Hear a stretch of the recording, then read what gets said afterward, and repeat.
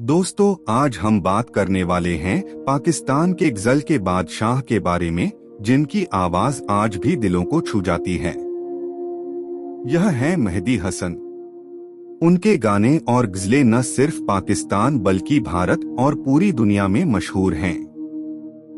आइए जानते हैं कि यह महान कलाकार कौन थे और उनकी सबसे मशहूर गजलें कौन सी हैं।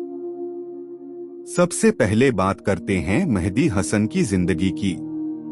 मेहदी हसन 1927 में भारत के शहर सत्यानगढ़ में पैदा हुए और बाद में पाकिस्तान आ गए।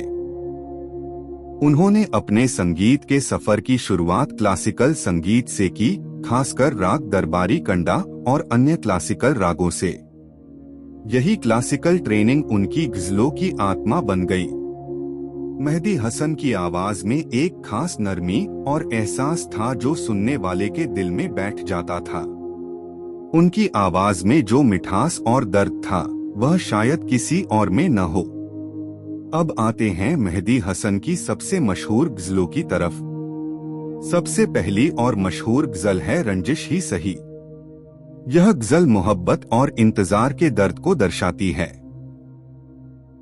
सुनने वाले को लगता है जैसे वह खुद मेहदी हसन के दर्द का हिस्सा है।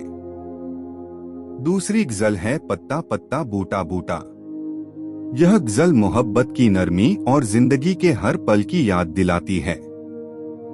तीसरी सबसे यादगार गजल है गुलों में रंग भरे।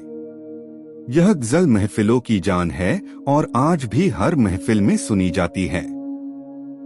मेहदी हसन की गज़लें सिर्फ गाने का जरिया नहीं थीं, बल्कि उनमें एक कहानी, एक भावना, एक दर्द छुपा होता था। रंजिश ही सही में हर शब्द में इंतजार और दर्द की तीव्रता महसूस होती है। पत्ता पत्ता बूटा बूटा में हर शब्द मोहब्बत की नरमी और यादों की खुशबू लेकर आता है। गुलों में रंग भरे में खुशबू, रंग और मोहब्बत का आलम है जो सुनने वाले को महफिल में खींच लेता है। मेहदी हसन ने अपनी जिंदगी में न सिर्फ पाकिस्तान बल्कि भारत में भी अपनी पहचान बनाई।